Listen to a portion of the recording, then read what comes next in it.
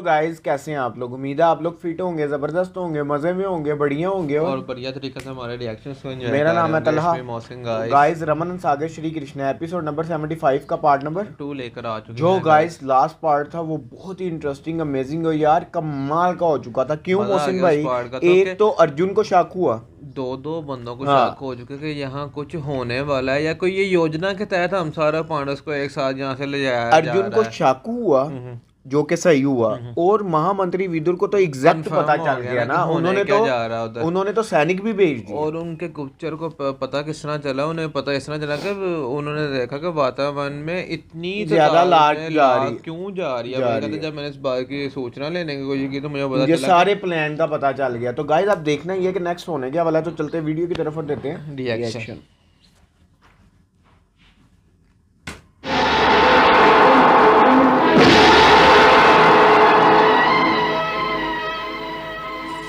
मान लिया कि धोखा हो सकता है, परंतु इससे उन्हें क्या लाभ? क्या वो हमें एक साथ राजधानी के बाहर भेजकर स्वयं राजधानी पर कब्जा करने की सोच रहे हैं? हाँ, बिल्कुल यही बात हो सकती है भैया, बिल्कुल यही बात। आप कहेंगे कि उनके पिता का तो राज्य पर कब्जा है ही, फिर इसकी क्या आवश्यकता है? परंतु मैं तो यह कहता हूं कि अब पिता भी उसके रास्ते का कांटा बन गया है। वो उन्हें भी रास्ते से हटा देगा। अर्थात वो पिता की हत्या कर देगा? नहीं नहीं अर्जुन, वो महाराज की हत्या नहीं कर सकता।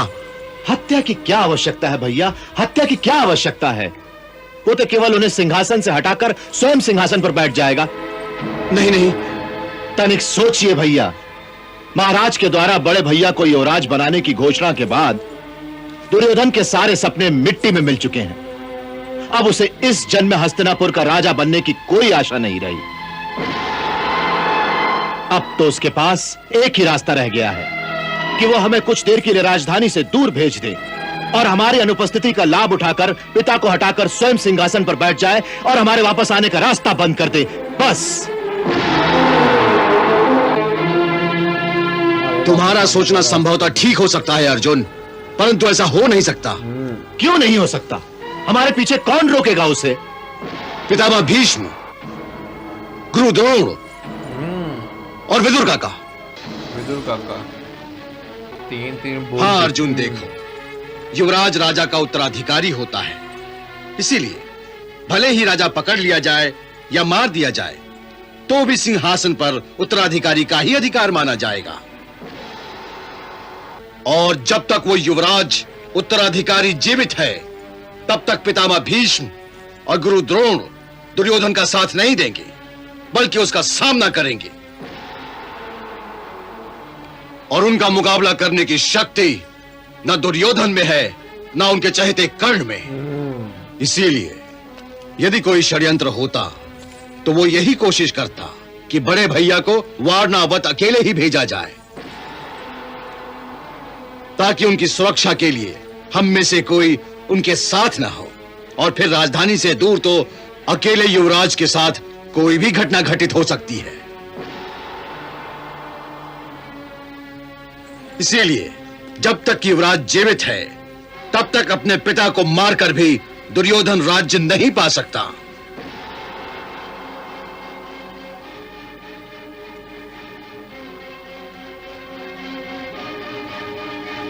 जब तक युवराज जीवित है। ये कहकर भैया आपने मेरी आंखें खोल दी हैं हाँ, कि अब हमें युवराज के जीवन की प्रति क्षण चिंता करनी हाय चाहिए। हाय हाय हाय हाय, सही बात है।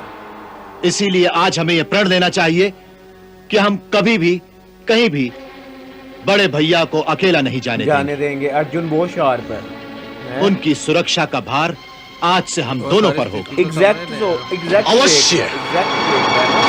सोच भी एग्जैक्ट है। क्या बात है यार।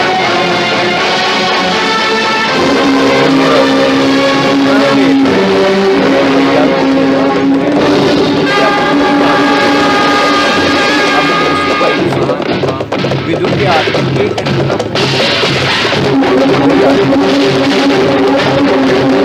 खतरा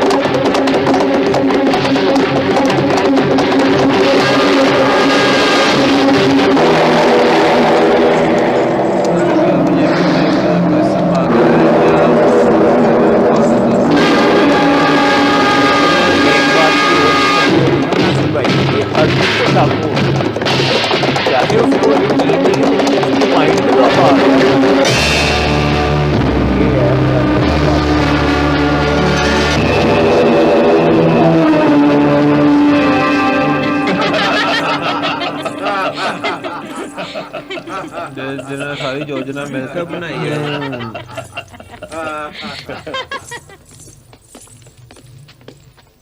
ये नकुल का कक्ष है। जी।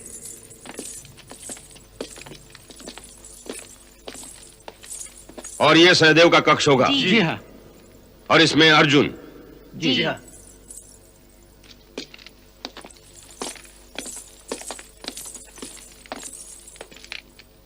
और ये भीम का निवास होगा। जी।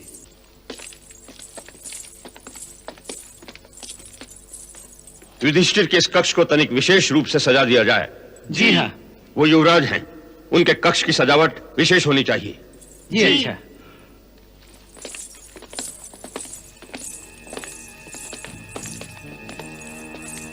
उसी तरह महारानी कुंती के इस कक्ष की सजावट विशेष रूप से होनी चाहिए। जी। तुम सौरंध्री के भेष में उनकी सेविका बनकर साथ रहोगी। जी। और तुम पांचों देहाती सेवकों के भेष में एक एक राजकुमारों की सेवा में रहोगे। जी हाँ। और हाँ, सोने से पहले रात को पीने के दूध में बेहोशी की बूटी पीसकर मिला देना, ताकि आग लगने तक वो लोग होश में ही ना आ सकें। और याद रखना, ये सारा काम पहली रात को पूरा हो जाना चाहिए। जी, हम भी याद रखेंगे और वो लोग भी याद रखेंगे।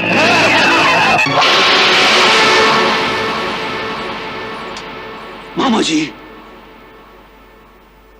यदि विदुर को इस षड्यंत्र का पता चल जाए तो क्या होगा? हाँ।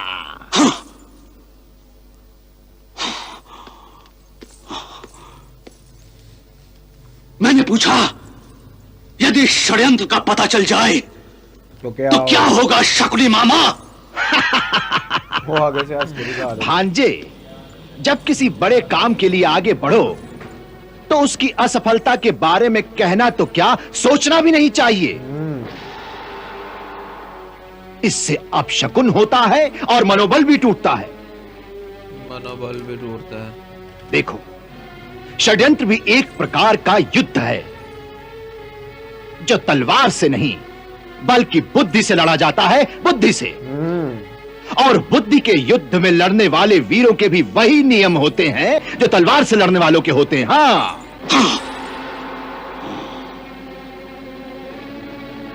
या तो जीतो या फिर मर जाओ। तीसरा कोई मार्ग नहीं होता भांजे, कोई मार्ग नहीं होता। इसलिए किसी डर या संशय के कारण आधे युद्ध से पीछे हटना कायरों का काम होता है, वीरों का नहीं। इसलिए कभी मत सोचो कि ऐसा होगा तो क्या होगा, वैसा होगा तो क्या होगा, समझे? हाँ, अब हमारा तीर हाथ से निकल चुका है। अब केवल उसकी सफलता की बातें सोचो, सफलता की। इस समय यह मत सोचो कि यदि विदुर को हमारी चाल का पता चल गया तो हम मात खा जाएंगे, बल्कि यह सोचो कि चाल की सफलता के पश्चात तुम्हारा राज्याभिषेक किस शान से होगा।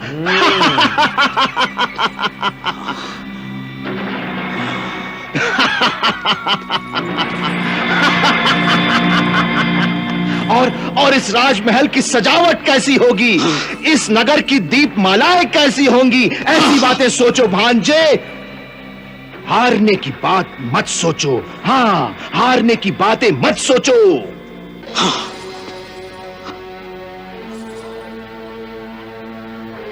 आपने ठीक कहा शकुनी मामा। एक बार युद्ध आरंभ हो जाने के बाद योद्धा को अपने मन में किसी भी प्रकार की शंका को स्थान नहीं देना चाहिए। और मैं भी यही मानता हूं।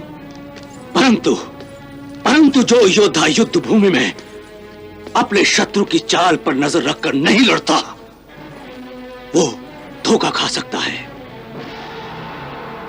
इसलिए यह परम आवश्यक है कि शत्रु की हर चाल पे नजर रखी जाए और अपना पैंतरा शत्रु की चाल के अनुसार बदलते रहना चाहिए। इस इस समय हमारी चाल की सफलता का सबसे बड़ा आधार एक ही है, सबसे बड़ा आधार एक ही है कि आग लगने से पहले हमारे षड्यंत्र का पता हमारे शत्रु को न चले। तो गाइस यहाँ खत्म हुआ ये पार्ट भी।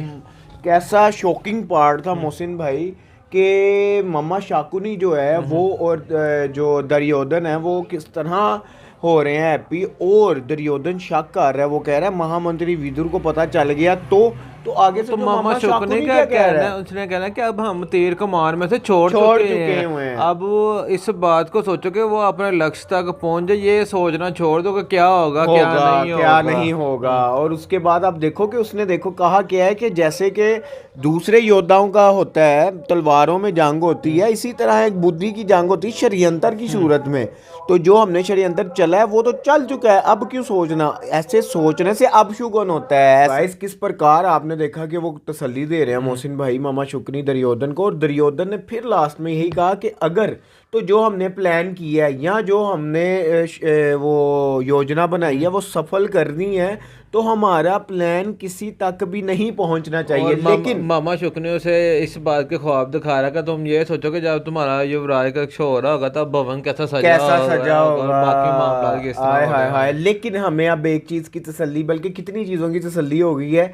एक अर्जुन का जो सोचना है वो एग्जैक्ट है, वो बिल्कुल सही सोच रहा है, और भीम ने और अर्जुन ने अब प्रण ले लिया है कि हम अपने भ्राता को अकेला नहीं छोड़ेंगे। और आप देखें ना वातावरण में वो मामा शुक्नी के सैनिक है जो उनके सेवक का भेष बनाकर वो एक बहुत बड़ी प्रॉब्लम है। वो किस प्रकार हंस रहे हैं, उन्होंने जब कक्ष सारों के बताए लैदा और वो सारे उन्हीं के लोग हैं। ये बड़ी उन्होंने कहा नींद की गोलियां डाल देना ताकि आग लगे उनको पता ही ना चले। तो गाइस अब देखना ये नेक्स्ट होने के वाला, ये तो आगे ही पता चलेगा। यहाँ तक ये वीडियो अच्छी लगी तो लाइक शेयर कमेंट और हमारे चैनल को सब्सक्राइब। मिलते हैं नेक्स्ट वीडियो नेक्स्ट पार्ट के साथ। Love you India.